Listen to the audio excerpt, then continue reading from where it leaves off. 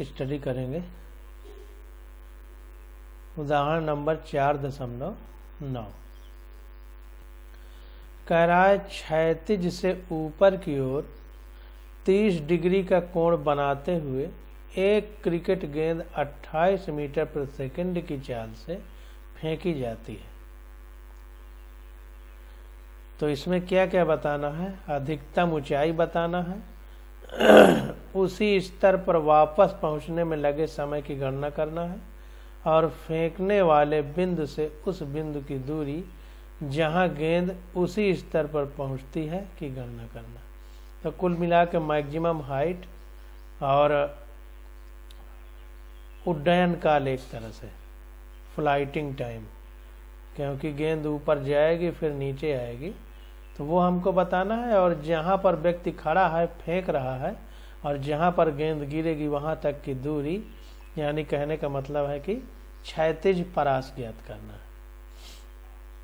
तो देखिए अधिकतम ऊंचाई का फार्मूला हमारा HM = या H मैक्स लिख सकते हैं मैक्सिमम के लिए, V0 sin θ 0 का स्क्वायर अपान 2g, ये फार्मूला हमको पता है, पीछे हम निकाल चुके हैं, तो सीधा फार्मूला लगा दिया।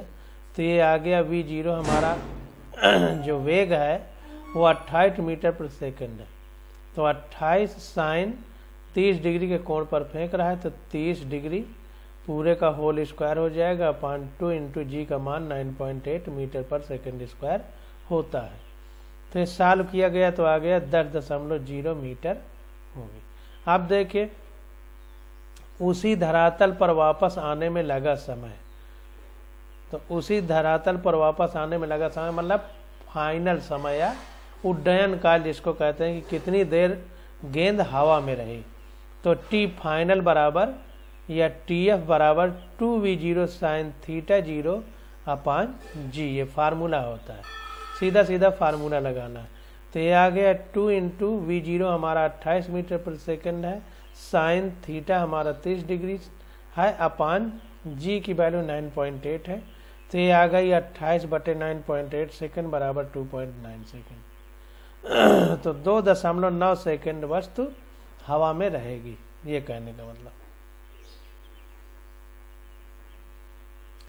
अब आगे देखते हैं, कह रहा है फेंकने वाले बिंदु से उस बिंदु की दूरी जहां उसी स्तर पर पहुंचती है, यानी रेंज कहने का मतलब उसी स्तर मतलब यहाँ पर व्यक्ति खड़ा है फेंक रहा है, तो ये पृथ्वी का तल है, तो यहाँ भी पृथ्वी के तल पर पहुँचने में कितना पहुँचने के बाद ये बीच की कितना दूरी होगी, यानी क्षैतिज परास कितना होगी, यानी रेंज कितना होगी। तो R बराबर V0 स्क्वायर साइन 2θ 0 अपान g, ये सीधा फार्मूला लगा देना है।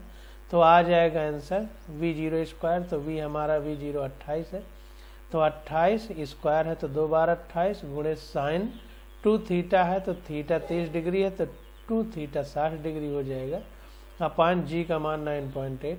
सॉल्व करेंगे तो आ जाएगा 69 मीटर रेंज इसकी होगी। तो इस प्रकार से हम लोग क्वेश्चन करेंगे। अब देखिए वायु प्रतिरोध की उपेक्षा करना, मतलब जो वायु प्रतिरोध है यानी वायु किसी वस्तु पर जो रुकावट डाल रही है तो उसकी हमें उपेक्षा करना है। इस अभिधारणा का वास्तविक अर्थ क्या है इसके बारे में हम जान रहे हैं। जैसे अभी गेंद को फेंका गया ऊपर की ओर 30 डिग्री से, तो यहाँ पर वायु के प्रतिरोध को नगण्य माना जाएगा, क्योंकि फिर कैलकुलेशन में अगर वायु का प्रतिरोध लिया जाएगा तो थोड़ा चेंज हो सकता है।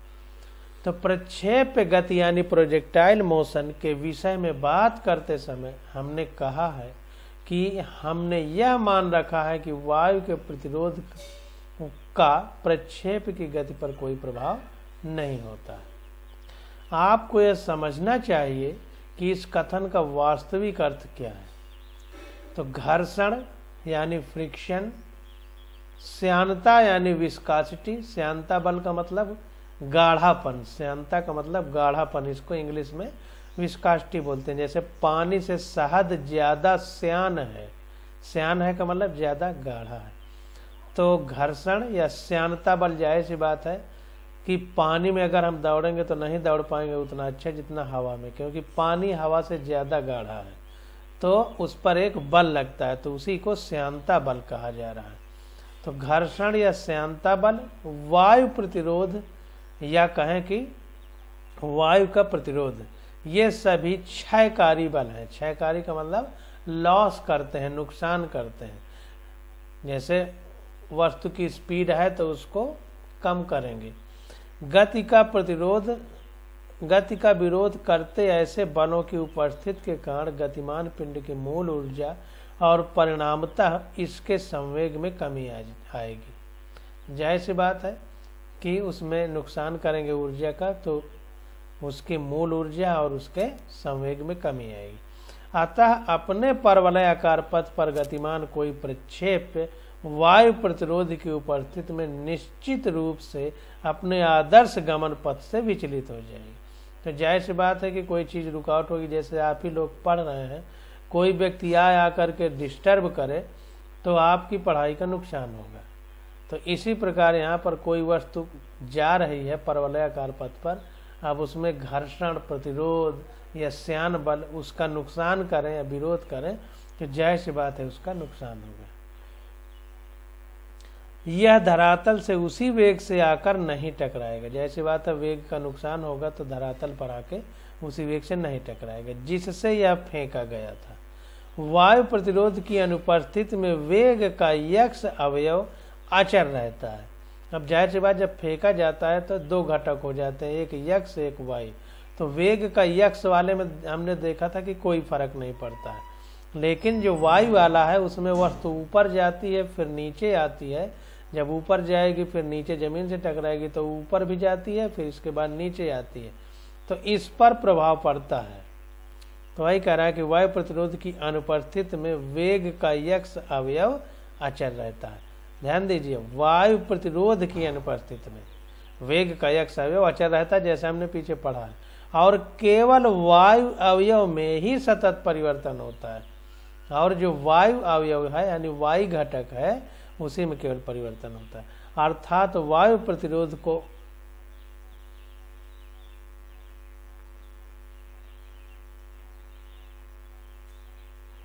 तथापि वायु प्रतिरोध की उपस्थिति में ये दोनों ही अवयव प्रभावित होंगे। तो अगर वायु प्रतिरोध होगा तो ये दोनों प्रभावित हो जाएंगे, यक्ष और वायु दोनों। वैसे यक्ष में प्रभाव नहीं पड़ता है, वह अचर रहता है, केवल वायु में प्रभाव पड़ता है। लेकिन अगर वायु प्रतिरोध होगा तो दोनों में प्रभाव पड़ेगा। इसका अर्थ यह होगा कि प्रक्षेप का क्षैतिज परावर्त समीकरण 4.43 द्वारा प्राप्त मान से कम होगा, जैसा अभी हमने समीकरण पीछे सॉल्व किया। अधिकतम ऊंचाई भी समीकरण 4.42 द्वारा प्राप्त मान से कम होगी। तब क्या आप अनुमान लगा सकते हैं कि उड्डयन काल में क्या परिवर्तन होगा? जाहिर सी बात है, सारी चीजें पर बदल जाएंगी तो उड्डयन काल भी बदलेगा। तो वायु प्रतिरोध से बचना हो तो हमें प्रयोग निर्वात में या बहुत कम दाब की स्थिति में करना होगा, जो आसान कार्य नहीं है। जाहिर सी बात है, अगर वायु प्रतिरोध से बचना है तो या तो वायु प्रतिरोध ना हो यानी हवा हो ही नहीं, निर्वात हो, या फिर दाब बहुत कम हो। तो अपने हाथ में तो है नहीं कि हम प्रकृति के वातावरण के दबाव को कम ज्यादा कर दें। तो वही कह रहा है कि आसान कार्य नहीं है। जब हम वायु प्रतिरोध को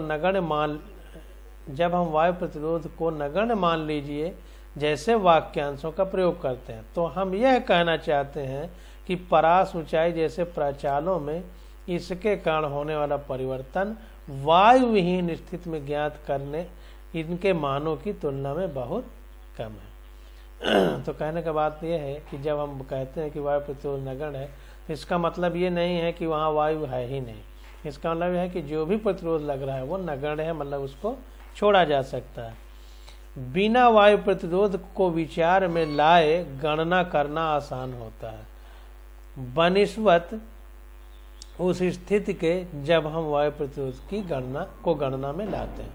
तो जब वायु प्रतिरोध की गणना नहीं करते हैं तो हमें कैलकुलेशन करना आसान होता है। अगर हम वायु प्रतिरोध को ले आएंगे तो कैलकुलेशन करना कठिन होगा। तो इसीलिए हम वायु प्रतिरोध को नगण्य मानते हैं।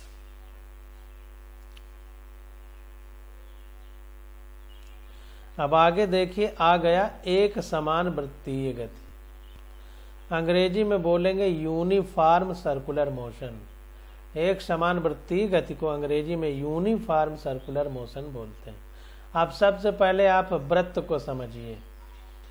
तो वृत्त का मतलब जैसे किसी सतह पर या किसी समतल पर प्रकार रख करके आप लोग इस तरह से खींच देते हो, तो ये हमारा वृत्त हो जाता है। किसी समतल पर ही होगा, इसकी एक परिधि होती है, और जहाँ से ये खींचा गया है, मान लीजिए केंद्र बिंदु है, तो यहाँ से अगर इसको मिला दिया जाए एक तरफ, तो इसको हम त्रिज्या कह देते हैं।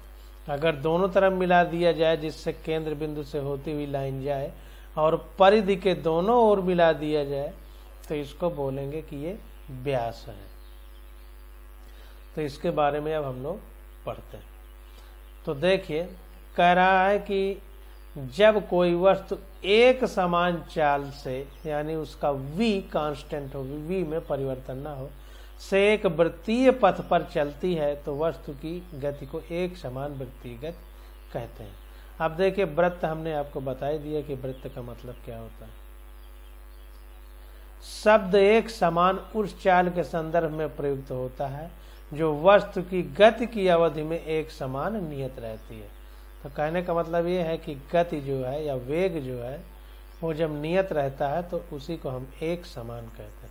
माना कि चित्र 4.19 के अनुसार कोई वस्तु एक समान चाल v से r त्रिज्या वाले वृत्त के अनुदिश गतिमान है। तो यहाँ पर देखिए 4.19 में एक चित्र दिखाया गया है, तो उस चित्र को हम लोग देख लेते हैं। ये देखिए 4.19, ये पूरा चित्र दिखाया गया। तो यहाँ पर देखिए वृत्तीय गति हो रही है। तो यहाँ पर क्या है, वस्तु ऐसे एक वृत्ताकार पथ में चल रही है, वृत्ताकार पथ में इस प्रकार से। अब इसका केंद्र बिंदु यानी C का मतलब सेंटर यहाँ पर है, तो जाहिर सी बात है सेंटर से अगर परिधि को मिलाया जाएगा तो त्रिज्या होती है, जिसको r यानी रेडियस कहते हैं। तो जहां से वस्तु चली है उसको प्राथमिक पॉइंट, प्राइमरी पॉइंट P मान लिया गया है, और इस वृत्तीय पथ पर एक स्पर्श रेखा खींची गई जो वेग की दिशा को बताएगी। ये त्रिज्या r हो गई और ये केंद्र बिंदु C हो गया। इसके बाद मान लीजिए वस्तु यहाँ पर पहुंच गई, इसको P डैश मान लिया गया, वेग को V डैश मान लिया गया, और केंद्र बिंदु से यहाँ तक मिलाया गया, तो इस त्रिज्या को r डैश मान लिया गया। और ये जो कोण है इसको डेल्टा थीटा माना गया है, और ये जो हमारा परिणामी है, तो ये r है, ये r डैश है, तो परिणामी डेल्टा r मान लिया गया। वस्तु इधर को चल रही है, तो इधर को ही इसका एरो लगा दिया गया, वैसे इसका और इसका परिणामी निकालेंगे v और v डैश का, तो इन दोनों के बीचों बीच जाएगा, क्योंकि ये एंगल डेल्टा थीटा हो जाएगा। तो इसको देखते हैं, क्योंकि ये एंगल कुछ होगा, जरूरी नहीं कि डेल्टा थीटा हो। तो अब इसको कैसे करेंगे, इसको देखते हैं। और देखिए यहाँ पर r डैश है, ये r डैश है, तो यहाँ पर जो ये v होगा, इसको अगर यहाँ पर ऐसे रख करके परिणामी खींचा जाए, तो ये देखिए डेल्टा v जो आएगा परिणामी, वो डेल्टा थीटा, यहाँ पर कोण डेल्टा थीटा हो गया जो हमने बताया। तो v डैश और v, इसके बीच ये डेल्टा v हो गया, और ये परिणामी इस तरह से बना दिए गए, क्योंकि v है, ये v डैश बाद वाला है, बाद वाले की तरफ जो है ये तीर का निशान कर दिया गया। तो इसको अब देखते हैं पढ़ के क्या स्थिति है।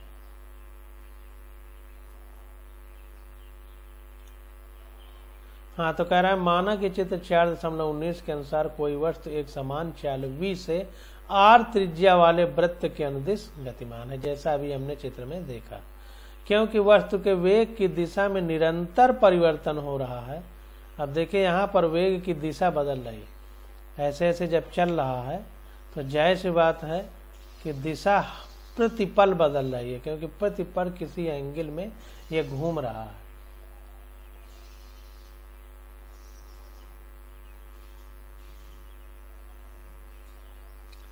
क्योंकि वस्तु के वेग की दिशा में निरंतर परिवर्तन हो रहा है, अतः इसमें त्वरण उत्पन्न हो रहा है। ऐसी बात है, वेग परिवर्तन की दर ही त्वरण होता है, तो चूंकि इसके दिशा में प्रतिपल बदलाव हो रहा है इसलिए इसमें त्वरण उत्पन्न हो रहा है। हमें त्वरण का परिमाण तथा उसकी दिशा ज्ञात करनी है। अब हमें क्या ज्ञात करना है? त्वरण का परिमाण यानी मैग्नीट्यूड और उसकी दिशा यानी डायरेक्शन। तो माना आर तथा आर डैश, माना आर व आर डैश तथा वी व वी डैश कण की स्थित तथा गति सदिश है। तो आर तथा आर डैश जो है स्थित सदिश है यानी पोजीशन वेक्टर, और वी तथा वी डैश जो है वेलोसिटी वेक्टर है या गति सदिश है। जब वो गति के दौरान क्रमशः बिंदुओं P व P डैश पर हैं, जैसा चित्र 4.19 में अभी हमने 19 में देखा, तो परिभाषा के अनुसार किसी बिंदु पर कण का वेग उस बिंदु पर स्पर्श रेखा के अनुदिश गति की दिशा में होता है। इसीलिए देखो हमने ये स्पर्श रेखा खींचा। इस बिंदु पे अगर गति की दिशा ज्ञात करना है तो यहाँ पर स्पर्श रेखा खींच देना है, और ये तीर उस दिशा में रहेगा जिधर वस्तु गतिमान। इसी प्रकार देखो यहाँ पर तीर खींच दिया गया स्पर्श रेखा, और दिशा एरो की उधर रहेगी तीर की जिधर वस्तु की वेग की दिशा है।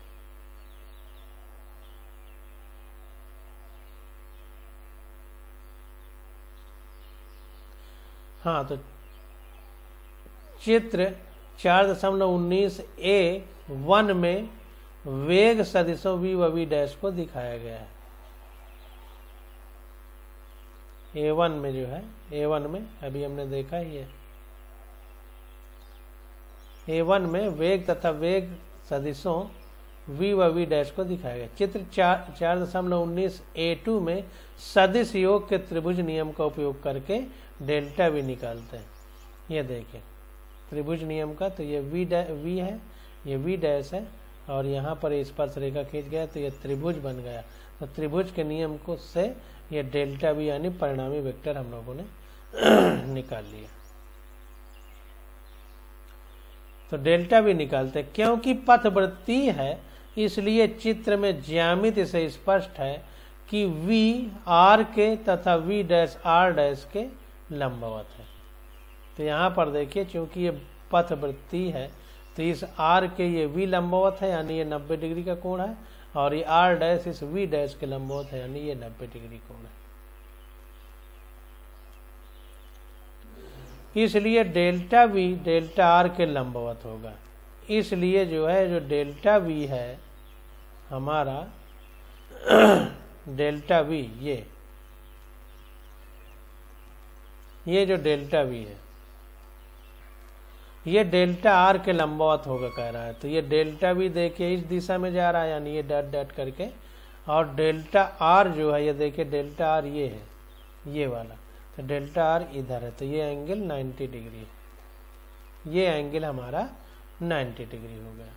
तो इसीलिए वो कह रहा है डेल्टा v डेल्टा r के लंबवत।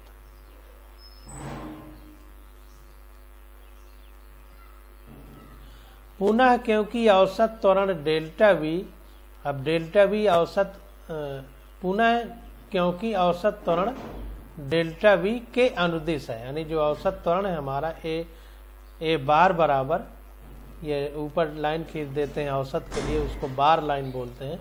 तो a बार बराबर डेल्टा v अपान डेल्टा t, क्योंकि वेग परिवर्तन की दर ही त्वरण होती है, तो वेग परिवर्तन डेल्टा v अपान समय अंतराल जो है डेल्टा t, ये हमारा त्वरण है। और ये त्वरण इस डेल्टा v के अनुदिश है। ये जो डेल्टा v निकल के आ रहा है इसी की दिशा में है हमारा औसत त्वरण। तो डेल्टा v के अनुदिश है, इसलिए a बार भी डेल्टा r के लंबवत होगा। इसलिए जो a बार है यानी औसत त्वरण है वो भी डेल्टा r के लंबवत होगा, क्योंकि डेल्टा v के अनुदिश है औसत त्वरण, तो ये डेल्टा r डेल्टा v के लंबवत है, तो ये डेल्टा वो a बार यानी औसत त्वरण के भी लंबवत होगा डेल्टा। ये कहने का मतलब। अब यदि हम डेल्टा v को उस रेखा पर रखें जो r व r डैश के बीच के कोण को द्विभाजित करती है, तो हम देखेंगे कि इसकी दिशा वृत्त के केंद्र की ओर होगी। तो देखिए यहाँ पर अगर हम डेल्टा v को उस रेखा पर रखें जहाँ पर ये डेल्टा r दो बराबर भागों में बटेगी, तो क्या होगा, केंद्र से होकर के जा रही है। देखिए डॉट डॉट लाइन खींची गई कि नहीं, तो केंद्र से होकर के जा रही है। तो वही कह रहा है कि द्विभाजित करती है। अगर ऐसी जगह पर रखें डेल्टा वी को तो हम देखेंगे कि इसकी दिशा वृत्त के केंद्र की ओर है, वृत्त का केंद्र। इन्हीं राशियों को चित्र 4.19b, ये जो 4.19b है,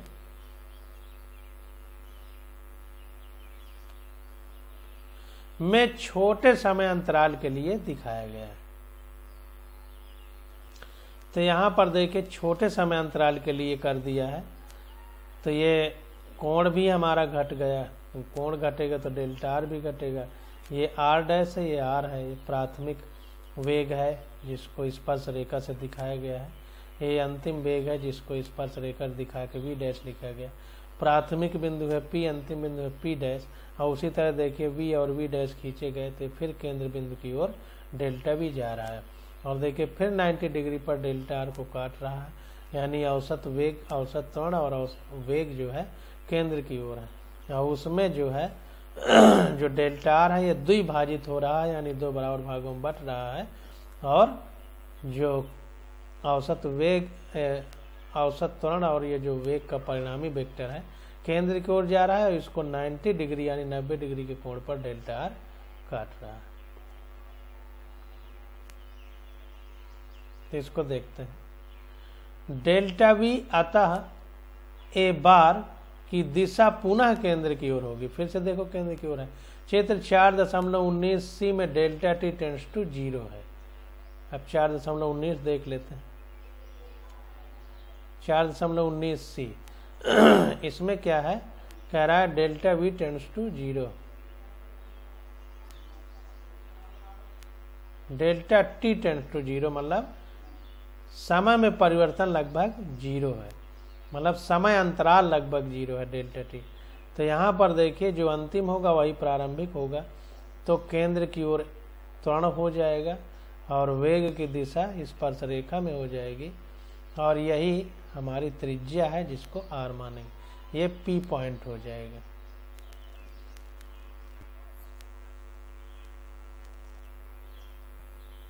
आप देखिए जब डेल्टा टी लगभग 0 हो जाएगा तो क्या होगा, इसलिए औसत त्वरण ताक्षणिक त्वरण के बराबर हो जाता है। तो जो औसत त्वरण होगा ए बार वो उसी क्षण कौन सा त्वरण है उसी के बराबर हो जाएगा। इसकी दिशा केंद्र की ओर होती है। इस प्रकार यह निष्कर्ष निकलता है कि एक समान वृत्तीय गति के लिए वस्तु के त्वरण की दिशा वृत्त के केंद्र की ओर होती है।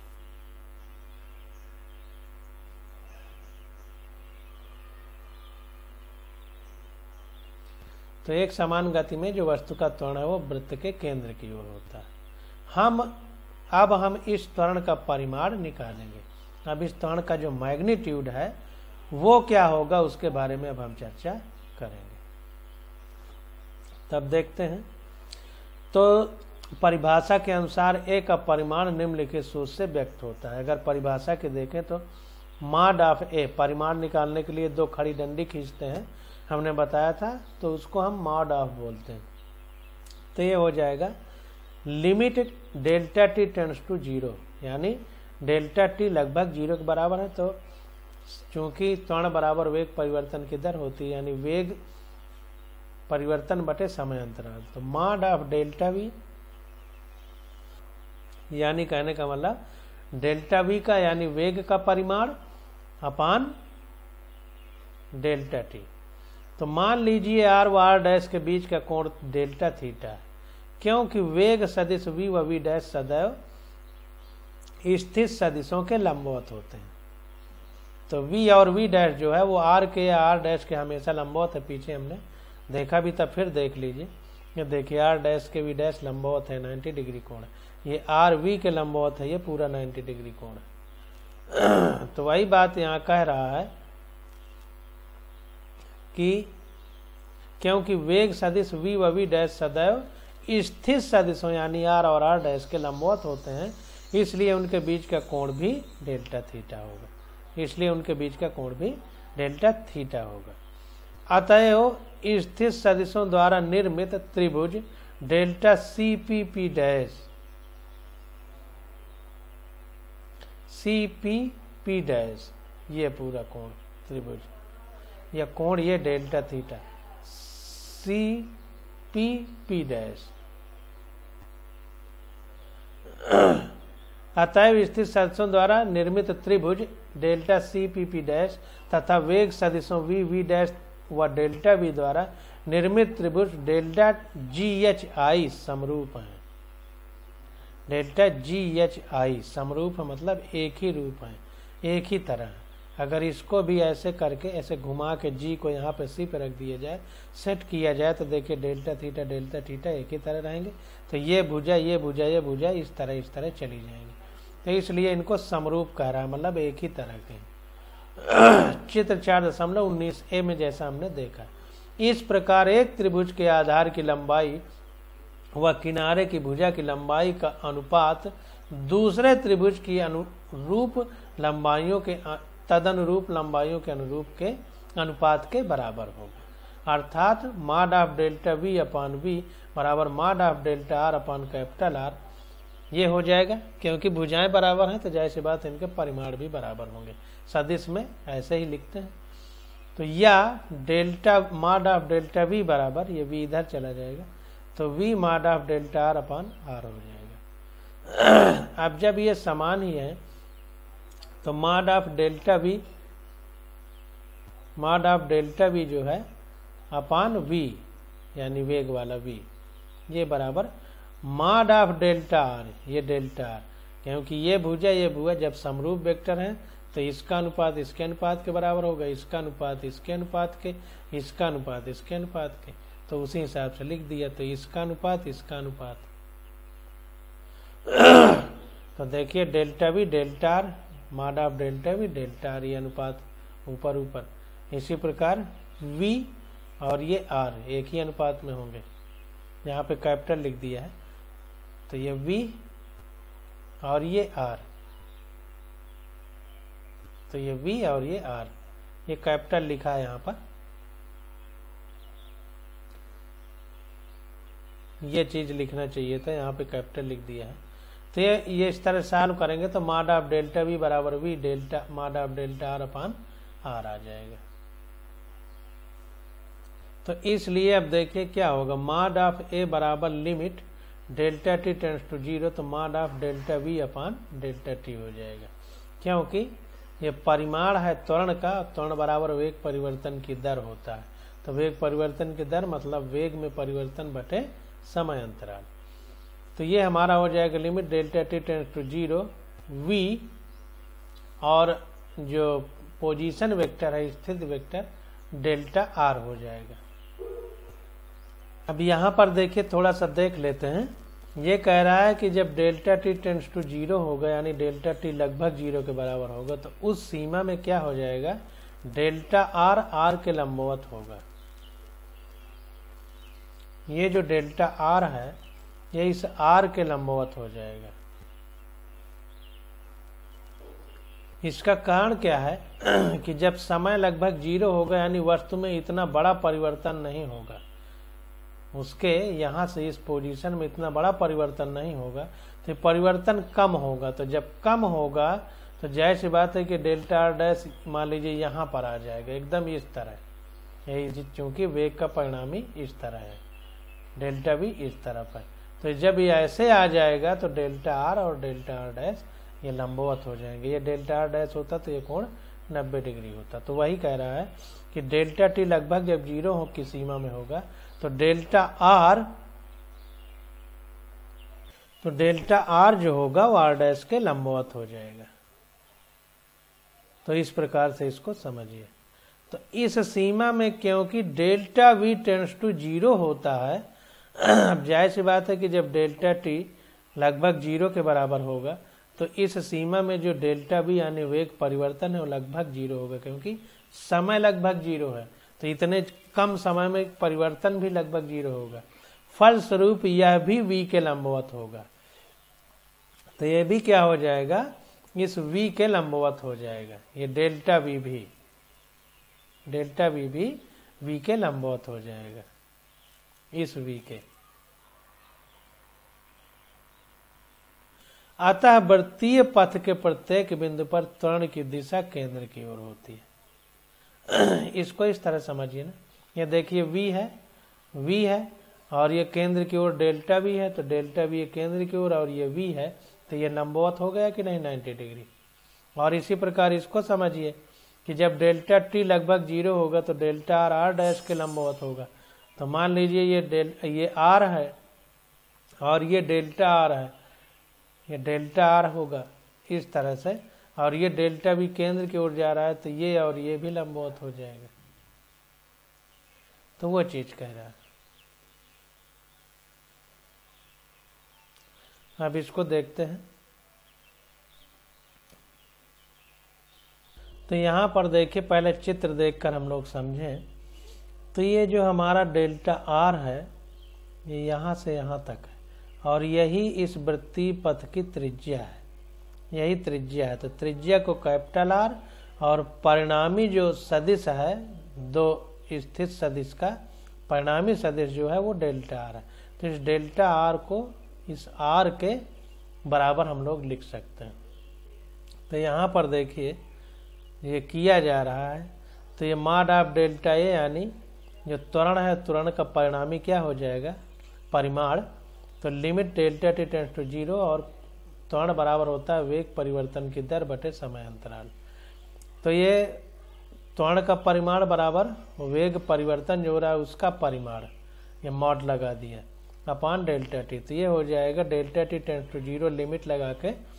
तो ये अब देखिए वेग है, तो वेग में v, चूंकि एक समान गति है तो वेग बदल नहीं रहा, तो उसको v बाहर लिख लिया।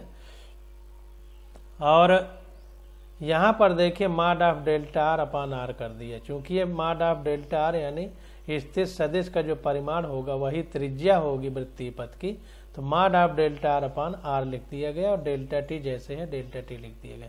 चूंकि ये और ये बराबर हैं इसलिए जो ऊपर लिखा गया उसको नीचे लिख सकते हैं। फिर से एक बार देख लीजिए, ये देखिए डेल्टा r इसकी त्रिज्या है और r बराबर डेल्टा r हम लिख सकते हैं, क्योंकि ये जो त्रिज्या है वही है स्थित वेक्टर है, जो परिणामी स्थित वेक्टर है, परिणामी स्थित सदिश कह सकते हैं। तो ये डेल्टा r ऊपर लिख सकते हैं मॉड ऑफ यानी परिमाण अपान त्रिज्या r नीचे लिख सकते हैं। तो ये आ जाएगा v और r। देखिए न त्रिज्या बदल रही है, एक समान वृत्तीय गति है, और न वेग बदल रहा है, तो v और r कांस्टेंट है इसलिए बाहर कर दिए गए। अब delta t limit tends to 0 हो गया। अब ये mod of delta r upon delta t हो गए। यदि डेल्टा t छोटा होता है, छोटा है, तो डेल्टा थीटा भी छोटा होगा। ऐसी बात है, समय अंतराल जितना कम होगा तो कोण भी उतना कम होगा, वस्तु उतना कम दूरी चलेगी। ऐसी स्थिति में चाप पीपी डैश को लगभग मॉड ऑफ डेल्टा r के बराबर ले लेते हैं। तो जो चाप है, चूंकि डेल्टा t से उसकी सीधा तुलना हो रही है, तो डेल्टा r जो चाप है पीपी डैश, ये चाप जो है पीपी डैश, ये पूरा ये चाप हो जाएगा, इसको डेल्टा r के बराबर लेते हैं, क्योंकि ये देखिए पीपी डैश जो है यही डेल्टा r है, तो इसका परिमाण और ये परिमाण बराबर लगभग ले लेंगे कम समय के लिए। तो बराबर अगर ले लेंगे तो मॉड ऑफ डेल्टा r लगभग बराबर हो जाएगा v डेल्टा t के। ये क्योंकि इधर रहेगा तो इसके साथ आ जाएगा, तो ये mod of v delta t के लगभग बराबर हो जाएगा। इसको इस तरह समझिए कि जैसे वेग बराबर विस्थापन बटे समय होता था, तो ये v मतलब हमारा वेग है, तो ये विस्थापन डेल्टा r है का विस्थापन का मतलब मैग्नीट्यूड है, परिमाण है, बटे समय हो जाएगा। उसी तरह देखिए यहाँ लिखा है भी, वेग लगभग बराबर होगा विस्थापन का जो परिमाण है बटे समय अंतराल। तो delta t tends to 0 limit में, तो mod of delta r upon delta t ये v के बराबर हो जाएगा जब डेल्टा t बहुत छोटा होगा। इस प्रकार अभिकेंद्र त्वरण AC का मान निम्नवत होगा। तो निम्नलिखित AC मतलब सेंट्रीपेटल एक्सीलरेशन, केंद्र के अभिकेंद्र त्वरण कर देंगे। तो AC बराबर v अपान r हो जाएगा और ब्रैकेट के बाहर ये v हो जाएगा, यानी v स्क्वायर अपान r हो जाएगा। v अपान आर है ही, और ये इतना v हो गया, इतना डेल्टा आर अपान, क्योंकि विस्थापन बटे समय यही वेग होता है। तो 2v हो गए। तो ये हमारा अभिकेंद्र त्वरण का फार्मूला निकल आया।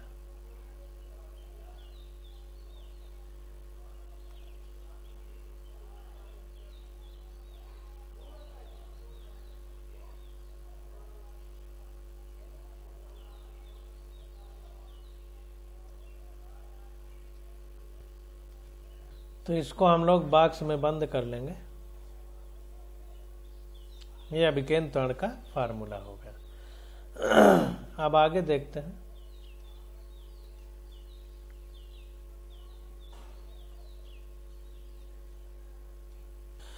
इस प्रकार किसी आर त्रिज्या वाले वृत्तीय पथ के अनुदिश v चाल से गतिमान वस्तु के त्वरण का परिमाण v² अपान r होता है, जिसकी दिशा सदैव वृत्त के केंद्र की ओर होती है। हम पढ़ भी चुके हैं।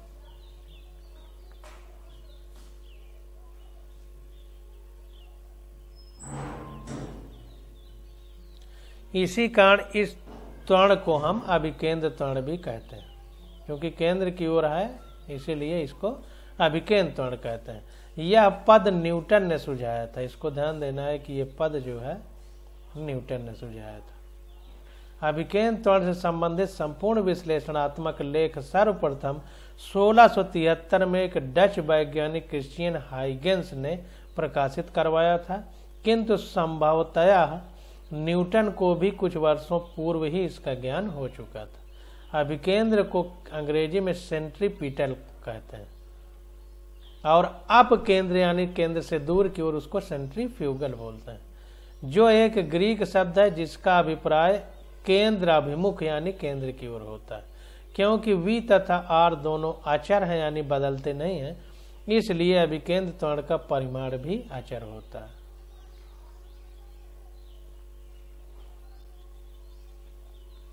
परंतु दिशा बदलती रहती है, ध्यान देना, परंतु दिशा बदलती रहती है और सदैव केंद्र की ओर होती है।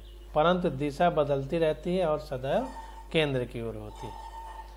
मतलब दिशा, अब वस्तु अपना स्थान बदल रही है तो दिशा तो बदल रही है, लेकिन वो रहेगी केंद्र की ओर ही, अभिमुख रहेगी हमेशा केंद्र की तरफ। इस प्रकार निष्कर्ष निकलता है कि अभिकेंद्र त्वरण एक समान सदिश नहीं है।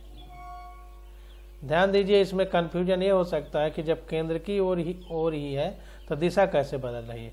तो मान लीजिए कोई वस्तु इस वृत्त में गति कर रही है, इस वृत्त में, तो यहाँ पर मान लीजिए वस्तु कभी यहाँ पर है इस बिंदु पर, फिर यहाँ पर आ गई, तो ये देखिए, अगर देखें तो ये पूरब की ओर, ये उत्तर की ओर, लेकिन है केंद्र की ओर ही।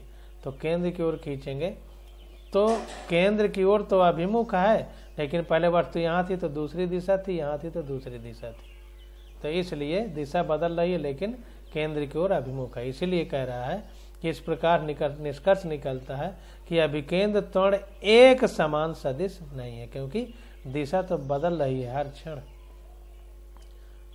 उसका परिमाण जो है केंद्र की ओर है। किसी वस्तु के एक समान वृत्तीय गति के वेग तथा त्वरण को हम एक दूसरे प्रकार से भी समझा सकते हैं। जैसे चित्र 4.19 कह रहा है, देखिए 4.19 चित्र कहाँ है, ये 4.19 में यहाँ पर अभी हमने देख भी लिया है,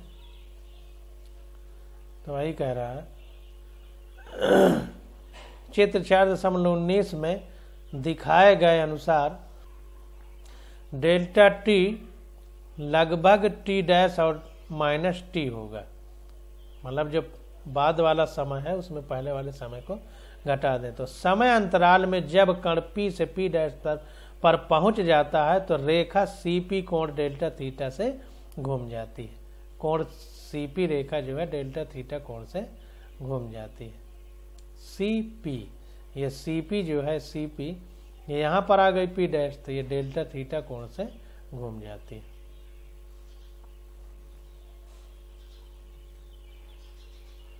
डेल्टा थीटा को हम कोणीय दूरी कहते हैं। कोणीय वेग v, ग्रीक अक्षर ओमेगा को हम कोणीय दूरी के समय परिवर्तन की दर के रूप में कोणीय वेग ओमेगा, ग्रीक अक्षर या ओमेगा को हम कोणीय दूरी के रूप में परिवर्तन की दर के रूप में परिभाषित करते हैं। तो इस प्रकार से कोणीय दूरी ओमेगा बराबर क्या होगा, जैसे कोणीय वेग, जैसे वेग बराबर विस्थापन बटे समय था, वैसे कोणीय वेग बराबर विस्थापित कोण बटे समय हो जाएगा। इस तरीके से हम हो जाएंगे। तो delta theta upon delta T हो जाएगा ये कोणीय वेग। तो इस प्रकार से हम कोणीय वेग लिख सकते हैं। जैसे वेग बराबर विस्थापन बटे समय था तो आर डैश माइनस आर करते थे, यहाँ पर विस्थापित कोण बटे समय है तो थीटा डैश अपान थीटा करेंगे, और विस्थापित समय टी डैश माइनस टी करेंगे। तो इसी प्रकार से कोणीय वेग भी निकाल सकते हैं।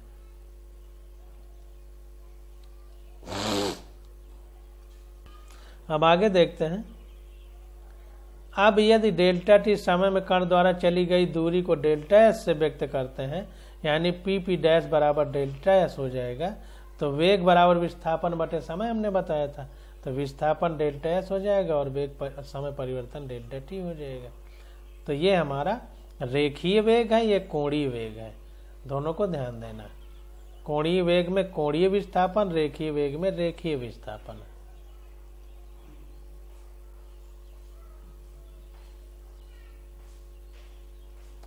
अब देखिए, किंतु डेल्टा एस बराबर आर डेल्टा थीटा, जो रेखीय विस्थापन है हमारा डेल्टा एस, इसमें कोणीय विस्थापन अगर का गुणा करें तो वो आर इंटू डेल्टा थीटा होता है। रेखीय विस्थापन बराबर त्रिज्या गुणे कोणीय विस्थापन, एक तरह से ये हो जाएगा। रेखीय विस्थापन बराबर त्रिज्या गुणे कोणीय विस्थापन। ऐसा क्यों है? क्योंकि ये जो कोणीय विस्थापन है रेखीय विस्थापन के समरूप है, जैसे हमने उधर पढ़ा था समरूप त्रिभुज, इस हिसाब से। तो ये ऐसा होता है, इसलिए v बराबर आर डेल्टा थीटा पान डेल्टा टी हो जाएगा। v बराबर आर डेल्टा थीटा पान डेल्टा टी, क्योंकि v बराबर वेग बराबर विस्थापन बटे समय अंतराल। तो विस्थापन यानी कोणीय विस्थापन, ये आर डेल्टा थीटा पूरा आ जाएगा क्योंकि डेल्टा एस के बराबर है। तो विस्थापन डेल्टा एस बराबर आर डेल्टा थीटा है, तो यहाँ डायरेक्ट आर डेल्टा थीटा लिख दिया विस्थापन की जगह, रेखीय विस्थापन की जगह अपान डेल्टा टी कर दिया। तो ये हो गया आर, और ये delta theta upon delta T, ये कोणीय वेग है क्योंकि कोणीय विस्थापन बटे समय अंतराल है, तो कोणीय वेग ओमेगा लिख दिया। तो ये हमारा सॉल्व करने पे आ गया v बराबर आर ओमेगा। अभिकेंद्र त्वरण को हम कोणीय चाल के रूप में भी व्यक्त कर सकते हैं। अब अगर अभिकेंद्र त्वरण को भी व्यक्त करना चाहें तो कोणीय चाल के रूप में व्यक्त कर सकते हैं। कैसे? AC बराबर v स्क्वायर अपान आर, ये हमको पता है, और v बराबर आर ओमेगा है, तो इसकी जगह रखेंगे तो दोनों का स्क्वायर हो जाएगा, तो ओमेगा का स्क्वायर इंटू आर का स्क्वायर अपान आर हो जाएगा, आर आर कट जाएंगे, तो ये ओमेगा स्क्वायर इंटू आर बचेगा, या AC बराबर omega square upon into R हो जाएगा। तो ये कोणीय वेग का, कोणीय त्वरण का भी फार्मूला इसी के साथ में आ गया। अभिकेंद्र त्वरण का, वृत्त का एक चक्कर लगाने में वस्तु को जो समय लगता है उसे हम आवर्त काल कहते हैं। तो एक चक्कर लगाने में वृत्त में जो समय लगता है वस्तु को, उसको हम आवर्त काल या कहते हैं। इसको टी से व्यक्त करते हैं। एक सेकंड में वस्तु जितने चक्कर लगाती है उसे हम वस्तु की आवृत्ति या न्यू से व्यक्त करते हैं, न्यू कहते हैं। इसको ध्यान देना कि एक सेकंड में जितने चक्कर लगाएगी वो आवृत्ति या न्यू है, और एक चक्कर में जो समय लगेगा उसको आवर्तकाल कहते हैं। टी से कैपिटल टी से लिखते हैं। परंतु इतने समय में वस्तु द्वारा चली गई दूरी यस बराबर 2πr। अब इतने समय में वस्तु द्वारा चली गई दूरी तो पूरी परिधि ही होगी, परिधि होती है 2πr, तो इसलिए यस बराबर 2πr हो गया।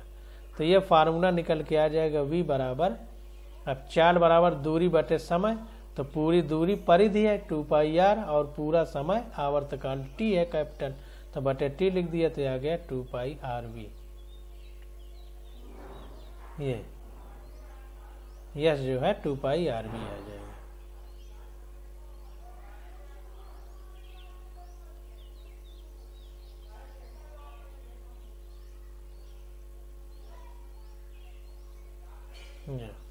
इस प्रकार v ओमेगा v तथा AC यानी अभिकेंद्र त्वरण को हम आवृत्ति न्यू के पद में व्यक्त कर सकते हैं। तो अगर न्यू के पद में व्यक्त करेंगे तो ओमेगा बराबर 2 पाई न्यू हो जाएगा, 2 पाई न्यू हो जाएगा। इस प्रकार से हम लोग लिख सकते हैं। ये भी निकल आएगा जैसे ये निकला, 2 पाई न्यू। तो ये सारे फार्मूले हैं, इन फार्मूलों को आप लोग याद करिए और इसी आधार पर आगे क्वेश्चन भी हम लोग सॉल्व करेंगे। अब देखिए 2 पाई न्यू हो गया, तो अब v बराबर r ओमेगा होता है, तो v बराबर 2 पाई न्यू r हो जाएगा।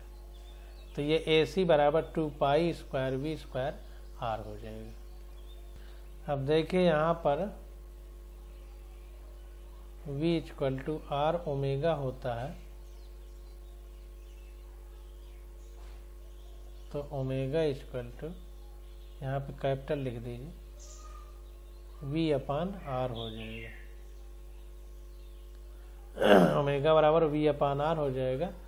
तो जब v अपान r इस जगह लिखेंगे, ओमेगा की जगह v अपान r, तो ये r जब उधर चला जाएगा तो इधर केवल v बचेगा। तो यही देखिए r इधर आ गया, तो 2 पाई न्यू r हो गया v के फॉर्म में लिखने में, और AC के फॉर्म में ये हो जाएगा। तो इनको सबको एक जगह बॉक्स में बंद कर लीजिए, v ओमेगा और अभिकेंद्र त्वरण AC के फॉर्म में। तो इस प्रकार से हम लोग इनको करते हैं। अब ये देखिए अगला क्वेश्चन आ गया है, उदाहरण है। तो इस उदाहरण को अब हम लोग अगले लेक्चर में करेंगे। आज बस यहीं तक।